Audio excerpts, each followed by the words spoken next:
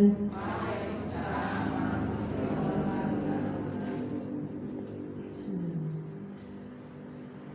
Yang terhormat Ibu Kepala Sekolah SD Negeri Klempang 01, Bapak dan Ibu Guru yang saya hormati.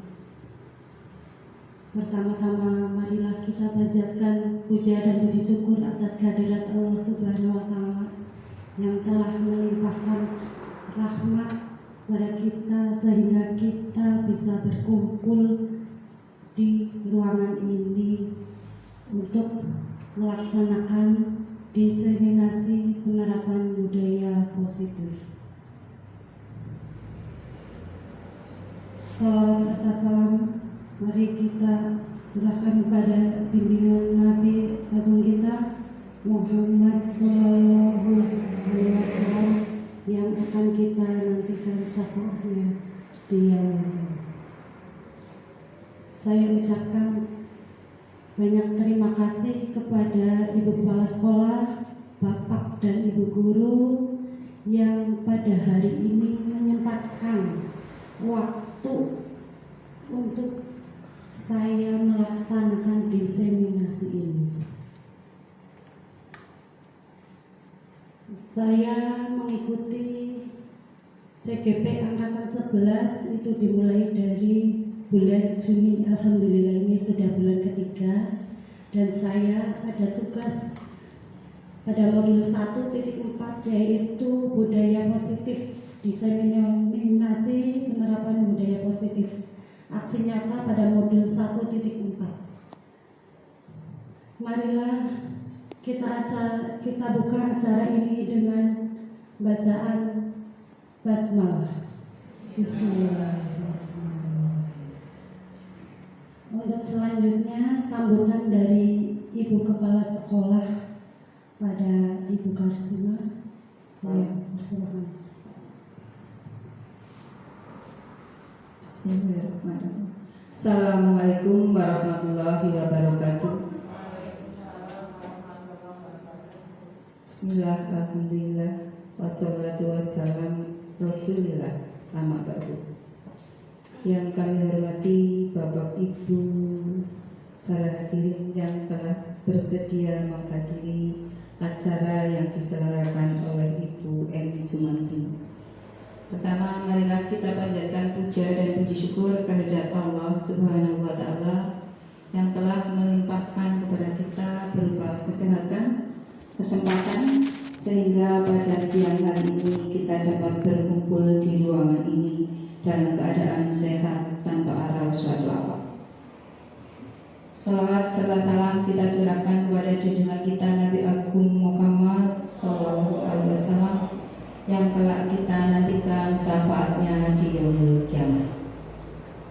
Bapak Ibu yang kami hormati, sesuai acara yang digelar oleh Bu Emi Sumantini dalam rangka sebagai peserta pendidikan guru penggerak, yaitu diseminasi, di mana diseminasi itu bertujuan untuk menyebarluaskan suatu gagasan atau temuan hingga inovasi yang terkait kegiatan belajar mengajar melalui publikasi, presentasi atau kegiatan lainnya.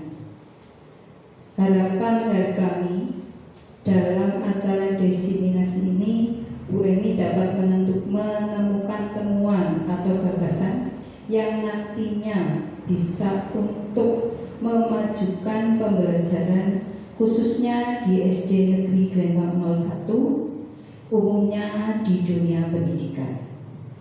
Harapan kami juga acara seperti ini nanti dapat menyemangati kepada rekan-rekan Bu Emi yang belum ikut pendidikan guru penggerak.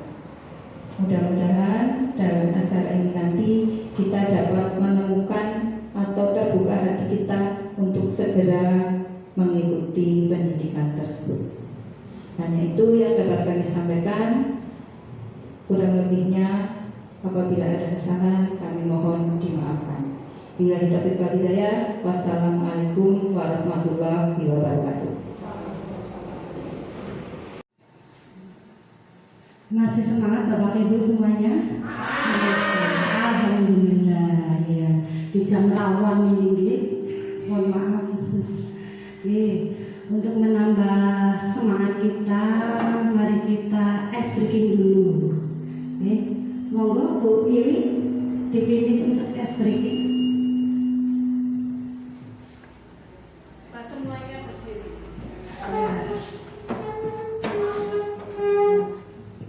Ikut gerakannya ya. Tangannya yang kanan digerak-gerakkan, tangannya yang kiri digerak-gerakkan, tangannya ke depan digerak-gerakkan, tangannya disilang, jempol digoyang. Lagi tangannya disilang, jempol digoyang.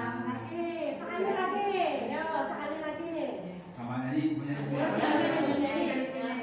Tangannya yang kanan digerak-gerakkan, tangannya yang kiri digerak-gerakkan, tangannya ke depan digerak-gerakkan, tangannya disilang, jempol digoyang, tangannya disilang, jempol digoyang.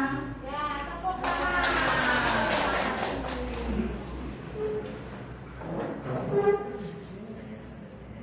Ya, lanjut. 7. Ya. Pembuka, kemarin saya perhatikan nilai kebajikan, rasa empati besar sekali. Situasinya pada saat menolong murid baru di kelas kita. Yang kedua, saya menghargai, itu kata pembukanya. Nilai kebajikan, kepedulianmu. Situasinya pada saat kamu membantu teman-temanmu di tugas kelompok. Yang ketiga, terima kasih untuk. Kemudian nilai kebajikannya, rasa tanggung jawabmu. Situasinya pada saat kamu memungut kertas-kertas yang berserakan di lantai. Next. Tindakan guru, mencatat 100 kali di dalam buku kalimat. Saya tidak akan terlambat lagi karena terlambat sekolah. Itu bentuk hukuman atau bukan nih Bapak Ibu?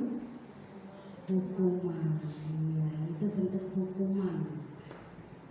Karena ini hanya contoh terlambat. Saya tidak akan terlambat. Menulisnya di buku sebanyak 100 kali itu termasuk hukuman nih. Hukuman tapi untuk mendisiplinkan anak. Yang kedua, lari mengelilingi lapangan basket 2 kali karena terlambat hadir di sekolah. Hukuman atau bukan? Hukuman. Yang ketiga, murid diminta untuk push up 15 kali karena tidak menggunakan masker ke sekolah. Hukuman? Hukuman, betul.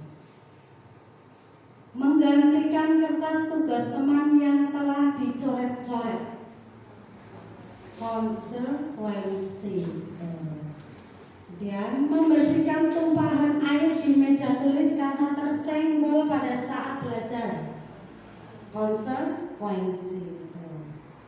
Murid disuruh untuk mengenakan sepatu seharian di sekolah karena tidak mengenakan sepatu hitam.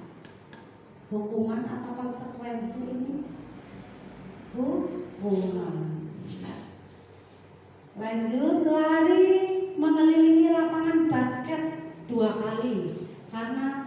10 menit untuk pelajaran PJOK. Hukuman atau konsekuensi ini? Konsekuensi atau hukuman ini maksudnya ini? Lari mengelilingi lapangan basket 2 kali karena terlambat 10 menit untuk pelajaran. Itu disuruh apa? Lari mengelilingi basket ini disuruh karena terlambat. Hukuman. Ya, hukuman. Kayak lagi laras. Perbedaan hukuman dan konsekuensi. Kalau hukuman yang pertama yaitu sesuatu yang menyakitkan harus terjadi. Itu bentuknya bentuk hukuman yang menyakiti, betul. Kemudian membuat anak sakit fisik maupun hati untuk jangka waktu lama. Itu termasuk hukuman. Anak membenci kedisiplinan. Itu hukuman. Paksaan, memaksa itu adalah hukuman. Mendorong anak menyakiti diri sendiri itu hukuman. Konsep diri yang buruk hukuman. Anak belajar untuk menyembunyikan kesalahan. Belajar untuk menyembunyikan kesalahan. Hukuman. Marah, rasa bersalah, dipermalukan, merasa tak dihargai. Itu termasuk bentuk hukuman. Nah, ini yang konsekuensi. Konsekuensi sesuatu harus terjadi. 2. Membuat anak merasa tidak nyaman dalam jangka waktu pendek. 3. Anak menghargai disiplin. 4. Stimulus dan tanggapan. Mendorong anak agar mudah menyesuaikan diri. Konsep diri yang baik. Anak belajar untuk mematuhi peraturan. Kehilangan hak, dibuat tidak nyaman, diasingkan untuk sementara atau time out.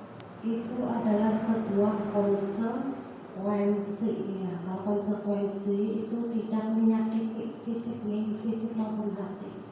Kalau hukuman itu menyakiti fisik maupun hati. Next. Identitas gagal hukuman.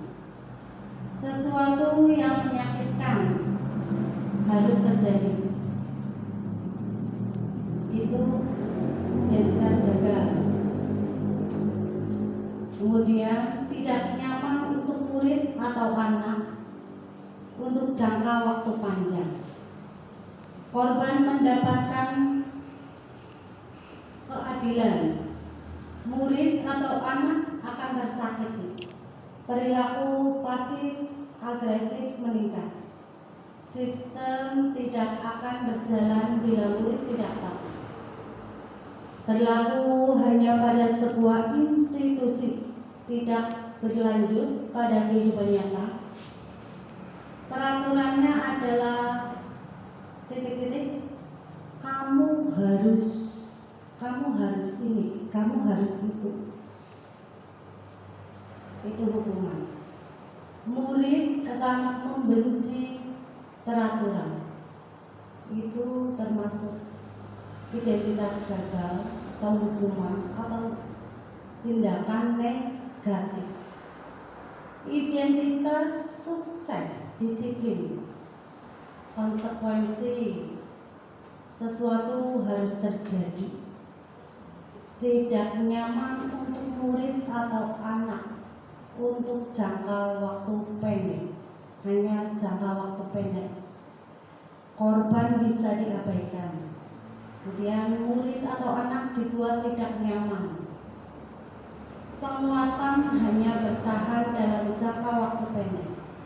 Memerlukan monitoring dan supervisi dari guru. Membantu penerapan mengikuti peraturan dalam masyarakat. Apa peraturannya? Mampukah kamu melakukannya? Terima kasih. Murid atau anak menghormati peraturan. Itu perlakuan netral. Kemudian restitusinya. Restitusi merupakan sebuah pilihan menguatkan untuk murid atau anak dalam jangka waktu panjang. Korban mendapatkan ganti, murid atau anak mendapatkan penguatan. Masalah terpecahkan, murid belajar bertanggung jawab untuk perilakunya. Fokus pada pemecahan masalah dalam jangka waktu panjang. Apa yang kamu yakini, apa yang bisa kamu lakukan untuk memperbaiki masalah ini? Murid atau anak menghormati dirinya dan orang lain. Itu perlakuan positif ya dalam menghadapi siswa-siswi kita, murid-murid kita dalam hal mungkin yang bertindak negatif. Ini ada 3 hukuman atau konsekuensi atau restitusi. Next. Apa itu restitusi? Restitusi adalah proses menciptakan kondisi bagi murid untuk memperbaiki kesalahan mereka, sehingga mereka bisa kembali pada kelompok mereka dengan karakter yang lebih kuat. Restitusi juga merupakan proses kolaboratif yang mengajarkan murid untuk mencari solusi untuk masalah mereka dan membantu murid berpikir tentang orang seperti apa yang mereka ingin menjadi tujuan mereka, tujuan yang mulia, dan bagaimana mereka harus memperlakukan orang lain. Itu menurut Gosen tahun 2004. Ada 9 ciri-ciri restitusi. 1. Bukan untuk menebus kesalahan, namun untuk belajar dari kesalahan. 2. Memperbaiki hubungan. 3. Tawaran, bukan paksaan. Yang keempat, restitusi menuntun untuk melihat ke dalam diri. Yang kelima, restitusi mencari kebutuhan dasar yang mendasari tindakan. 6. Restitusi diri adalah cara yang paling baik. 7. Restitusi fokus pada karakter bukan tindakan. 8. Restitusi fokus pada solusi. 9. Restitusi mengembalikan murid yang berbuat salah pada kelompoknya. Itu ciri-ciri dari restitusi. Ya. Keyakinan kelas. Keyakinan kelas masuk dalam budaya positif. Dalam lingkaran budaya positif ada lingkungan positif, ada keyakinan kelas dan peraturan kelas. Next.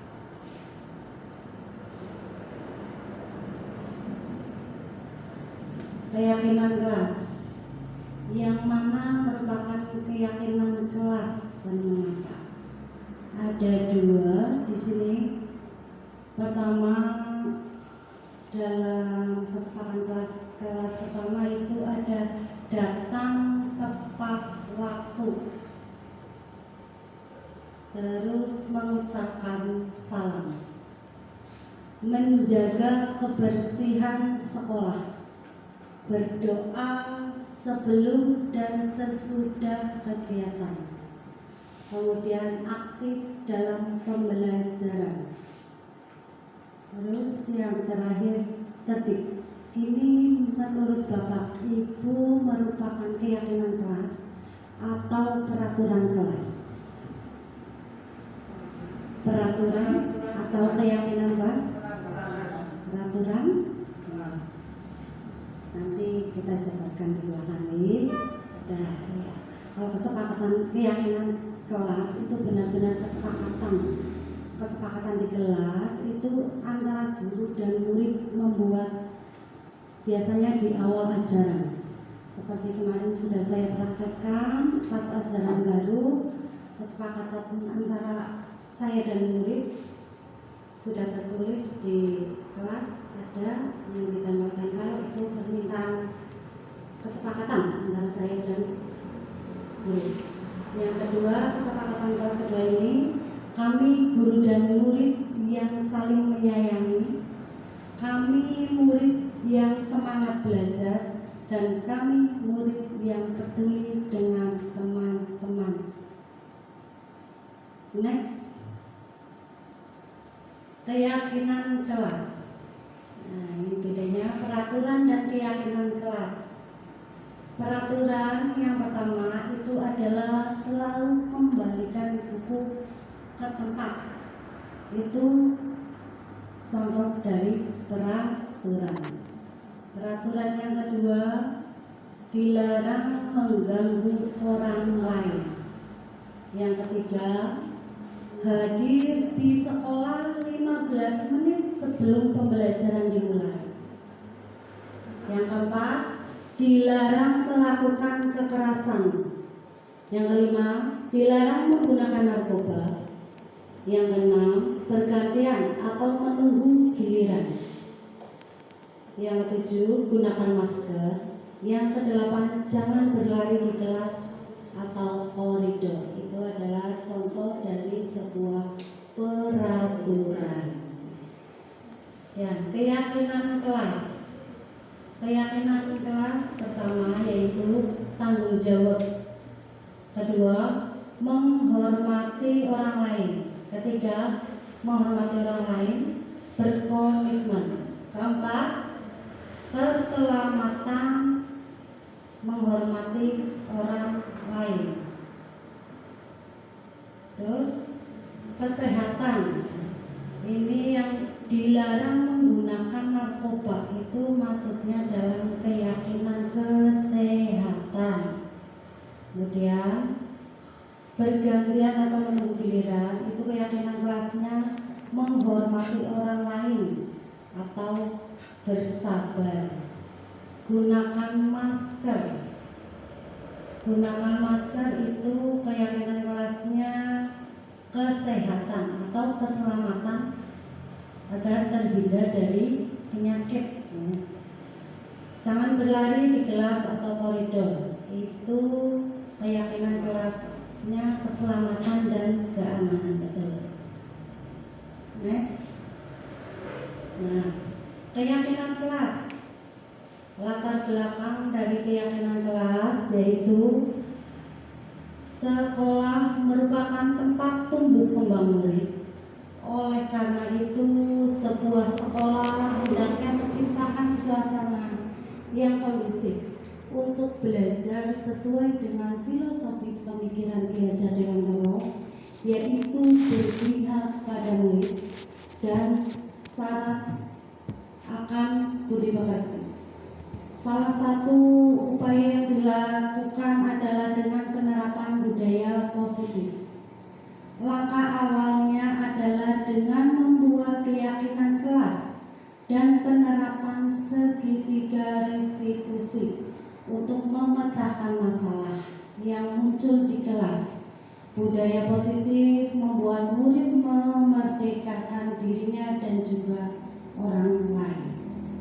Tujuannya, satu, menerapkan pendidikan yang berpihak pada murid. Yang kedua, menumbuhkan budaya positif. Yang ketiga, menguatkan motivasi intrinsik murid. Yang keempat, mendorong rasa percaya diri murid. Yang kelima, menumbuhkan budi pekerti yang luhur.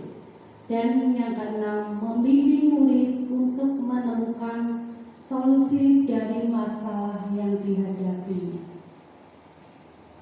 Next.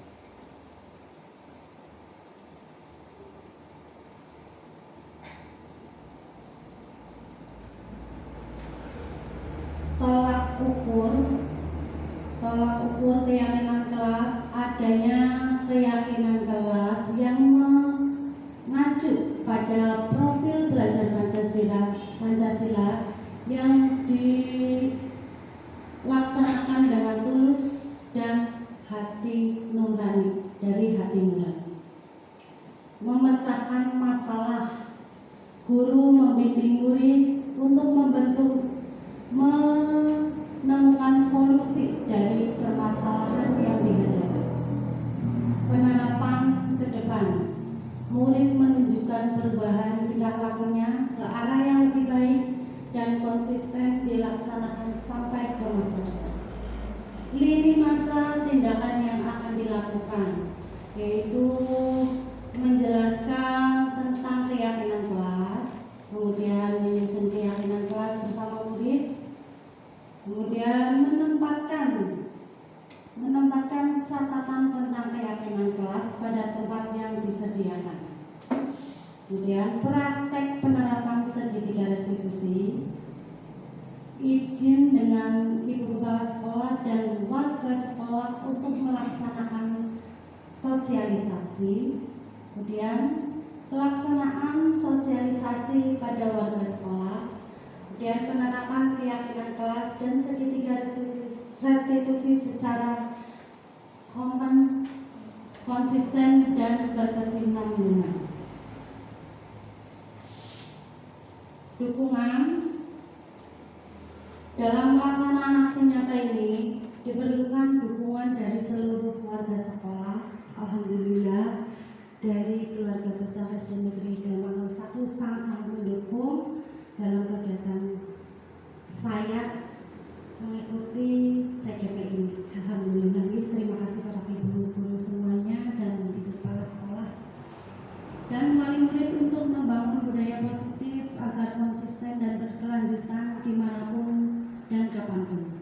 Pelaksanaan aksi nyata juga memerlukan alat atau bahan seperti laptop, kamera, LCD, kertas warna-warni, karton, kertas asturo, stiker, stick note, spidol, double tape, dan lain-lain. Terima kasih juga untuk Bapak Ibu dan Bapak Ibu guru serta Ibu kepala sekolah yang sudah mengizinkan saya untuk menggunakan seperangkat alat ini untuk mendukung kegiatan saya. Next, ini contoh-contohnya, contoh dari keyakinan kelas. Next, lanjut ke kebutuhan dasar manusia. Kebutuhan dasar manusia itu yang pertama yaitu kasih sayang dan rasa diterima. Kemudian kesenangan, penguasaan, kebebasan, dan untuk bertahan hidup. Itu kebutuhan untuk bertahan hidup. Ada 5 posisi kontrol.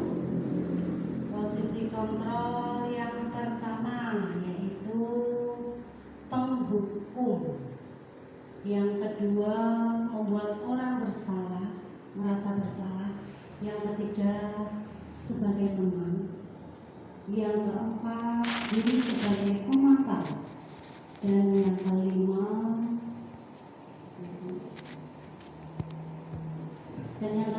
sebagai manajer. Penghukum, sebagai guru, sebagai penghukum, menunjuk-nunjuk, menyakiti atau menyindir, itu menghukum. Kemudian guru berkata, kalau kamu tidak melakukannya, awas ya, rasakan. Itu termasuk menghukum, ya, dari kata-kata seorang guru. kemudian hasil dari bisa muncul, kemudian menyakiti, berkata-kata kasar, hasilnya anak-anak akan memberontak, menyalahkan orang lain, kemudian berbohong. Itu dari hasil hukum. Kaitan dengan dunia berkualitas, murid meletakkan guru di luar dunia berkualitas. Kemudian murid berkata, biarkan saja, nanti juga marah-marah lagi. Terus dampak pada murid mengulangi kesalahan lagi. Itu kalau guru menghukum. Kemudian guru membuat orang merasa bersalah. Yang pertama, guru berceramah dan mengatakan, seharusnya ibu kecewa. Itu guru berbuat. Kemudian guru berkata, kamu sudah tahu, ibu lelah sekali mengatakannya. Ibu stres. Itu kata-kata membuat murid kita merasa bersalah. Hasilnya menyembunyikan atau menyangkal dan berbohong. Ya, kalian dengan dunia berkualitas, murid meletakkan guru di dalam dunia berkualitas. Murid berkata, maafkan saya karena murid itu merasa bersalah. Maafkan saya. Dampak pada murid itu akan merasa rendah diri. Kemudian kalau kita sebagai teman, guru membuatkan alasan-alasan untuk muridnya. Guru berkata, ayolah lakukan demi itu. Masa kamu tidak mau? Ingat, tidak, ibu pernah membantu. Itu sebagai teman. Kemudian hasilnya akan ketergantungan pada gurunya. Kalian dengan dunia berkualitas, murid meletakkan guru sebagai orang sangat penting di dunia berkualitas. Murid berkata, saya pikir bapak atau ibu teman saya, ternyata begitu. Ya, dampak pada murid lemah, tidak mandiri dan ketergantungan. Pemantau, guru sebagai pemantau itu agak dikecilkan Pak, bisa.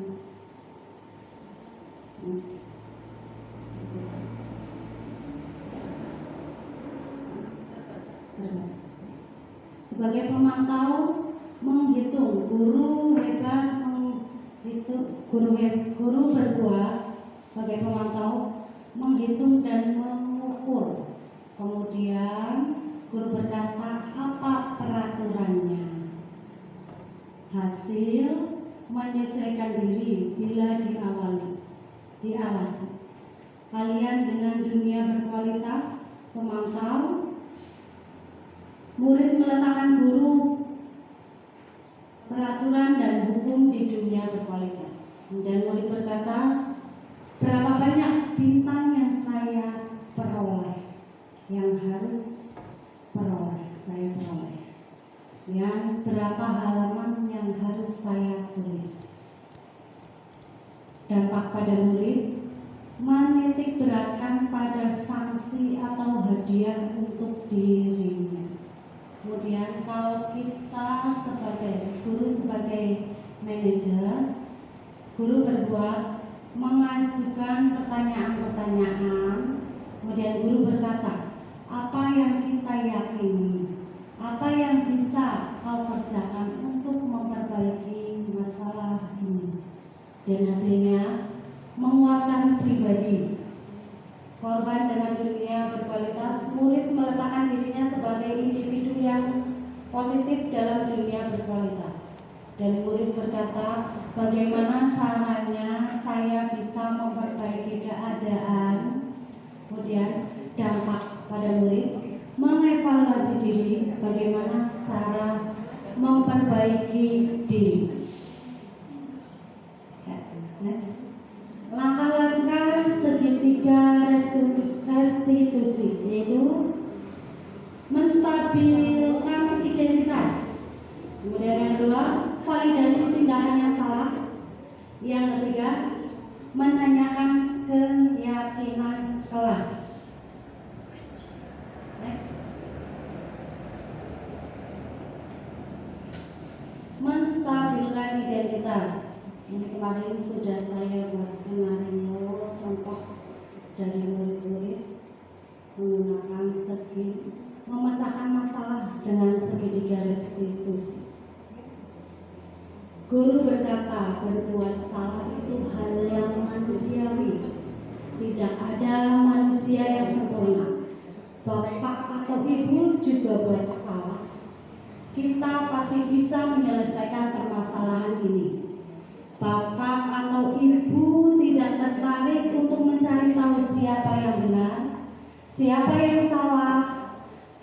Bapak atau ibu lebih tertarik untuk menyelesaikan masalah.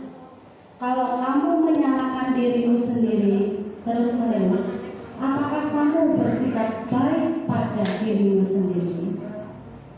Next. Kemudian validasi. Membantu murid mengenai basic need, kebutuhan dasar yang ingin dipenuhinya ketika melakukan kesalahan itu. Pada dasarnya setiap tindakan manusia tujuannya adalah memenuhi basic need. Apakah itu power, freedom, love, and belonging, fun, and survival. Guru berkata, kamu bisa saja melakukan hal yang lebih buruk, tapi kamu tidak melakukannya, kan? Kamu pasti punya alasan mengapa melakukan. Apa yang penting bagi kamu, kamu boleh tetap berusaha menjaga sikap itu, tapi tambahkan sikap yang lain, yang baru. Maukah kamu belajar cara lain untuk mendapatkan yang kamu butuhkan tanpa harus memukul?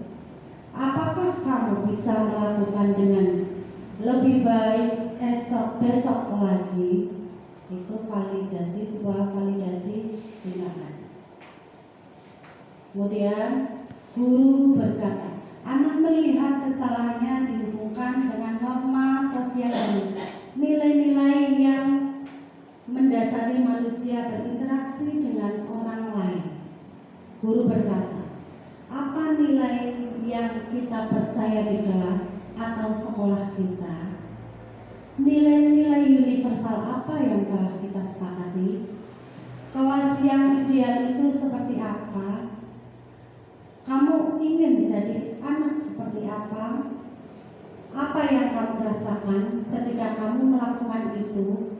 Kamu menjadi orang yang seperti apa? Itu menanyakan keyakinan kelas. Next.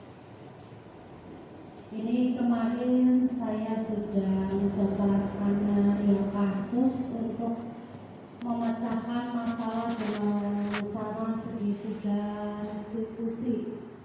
Hanya skenario ini kemarin pada 2 anak. Kayaknya paham ibu? Ya, alhamdulillah kemarin anak-anak juga paham, bisa untuk melakukan skenario kasus ini. Next. Terima kasih. Alhamdulillah sudah selesai nih Bapak Ibu acara ini. Terima kasih atas waktunya yang sudah menyempatkan. Akhirnya selesai juga dan alhamdulillah kita tutup dengan alhamdulillah. Terima kasih. Bila mana saya ada kata yang kurang pas, kurang berkenan di hati Bapak Ibu semuanya, saya mohon maaf yang setulus-tulusnya. Billahi taufiq wal hidayah. Wassalamualaikum warahmatullahi wabarakatuh.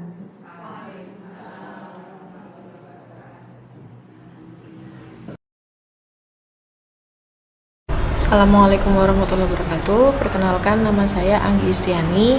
Saya adalah rekan kerja dari Ibu Emi. Saya telah mengikuti diseminasi yang dilakukan oleh Ibu Emi mengenai budaya positif yang dilakukan di sekolah ini. Menurut saya, budaya positif sangat bagus untuk diterapkan di sekolah. Semoga di SD ini, di SD Negeri Kelembang 01, dapat menerapkan budaya positif dengan baik agar pembelajaran dapat berjalan dengan aman, lancar, dan nyaman. Sekian dari saya. Wassalamualaikum warahmatullahi wabarakatuh. Assalamualaikum warahmatullahi wabarakatuh. Perkenalkan, saya Tesya Dewi Adinda, saya rekan guru dari Ibu Emi. Setelah saya mengikuti diseminasi budaya positif yang dilakukan Ibu Emi, saya jadi paham bahwa budaya positif sangat perlu dilakukan agar pembelajaran dapat berjalan aman, nyaman, dan lancar. Sekian pemaparan dari saya dan terima kasih. Wassalamualaikum warahmatullahi wabarakatuh.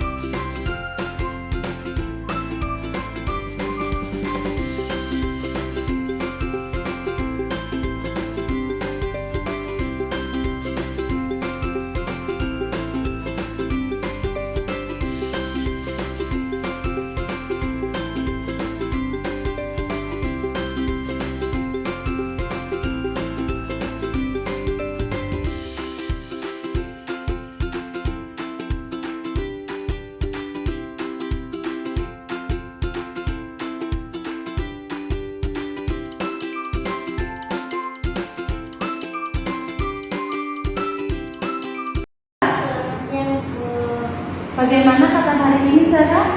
Baik, Sehat? sehat. Alhamdulillah, ya. Bagaimana perasaan Zara hari ini? Senang. Senang. Zara tahu tidak kenapa Bu Guru panggil ke sini? Tidak. Tidak. Zara, akhir-akhir ini Zara sering datang terlambat.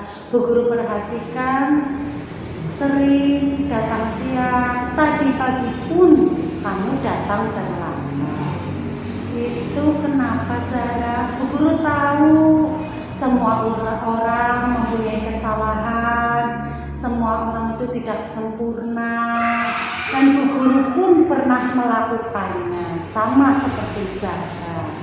Nah, sekarang Bu Guru mau tanya, kenapa Zahra sering datang terlambat? Karena nonton film sampai malam, Bu. Nonton film sampai malam, kemudian Bangunnya kesiangan. bangunnya kesiangan. Kemarin kita sudah membuat keyakinan kelas. Keyakinan kelas apa yang Zahra langgar? Kedisiplinan. Kedisiplinan. Nah, sekarang Zahra sudah tahu ya, kedisiplinan. Keyakinan kelas yang itu kedisiplinan yang Zahra langgar. Kemudian bagaimana untuk selanjutnya? Saya minta maaf, Bu. Saya tidak akan mengulanginya lagi.